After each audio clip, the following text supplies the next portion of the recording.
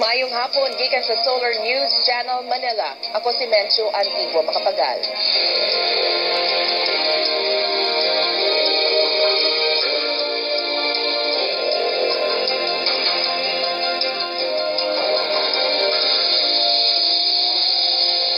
Ani ang mga balita alang sa Kabisayan o Mindanao.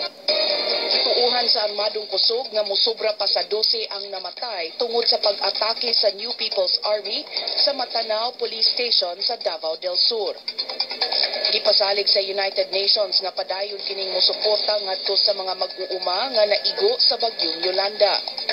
Gisugdan na sa Department of Science and Technology ang Mindanao leg sa information campaign kalabot sa pagpangandam sa kalamidad. O gitangtang sa merkado ang Nagaraya Cracker Nut Original Butter Flavor tungod kay naa kining sagol nga aflatoxin.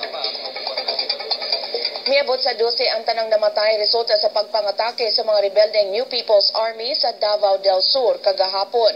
Napuno sab ang tanang samaran. Si Ben Tesor na adunay update. Ben?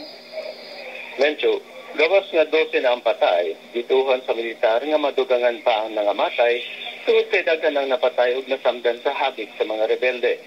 Kini human gilusad sa militar ang pagukod sa mga rebelde human gisulong kagahapon sa Kadlawon ang Matanao Police Station sa Davao del Sur.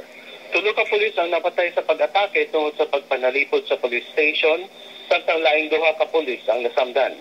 Siyam ka rebelde ang nadakpan sa dihang naabtan sa mga sundalo dito sa sitio Tagaytay, Barangay Saboy, diin duha sab ka rebelde ang napatay.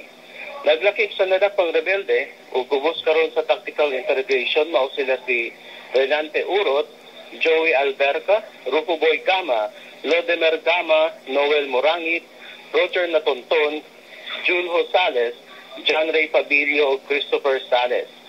Mga 50 ka rebelde ang misulong sa police station nga mga sakop sa Front 72 sa NPA ubos ni Felix Armodia alias Jing.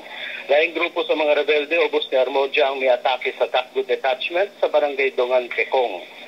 Gisundan kini sa ambush ug landmine explosion alas 9 sa buntag sa reinforcing vehicle gikan sa 39th IB dito sa Sitio Lahak, Barangay Asbang.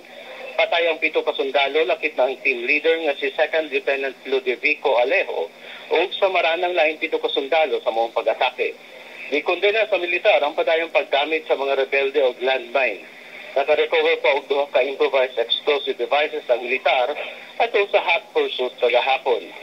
Ana sa Matanao Police Station ng mga nadakpang rebelde, samtang padayong gitambala ng mga samarang sundalo sa Digos Doctors Hospital o gibalhin ngadto sa Metro Davao Medical and Research Center ang mga ana sa critical condition. Kagabi, nakikpulong si Defense Secretary Voltaire Gasmin sa mga opisyales sa Eastern Mindanao Command. Aron plano ng lihok sa militar batok sa rebeldeng NPA, kinsa sunod-sunod ang gipanghimong pag-atake sa rehiyon. Menjo? Daghang salamat Ben Tesor na reporting gikan Davao City.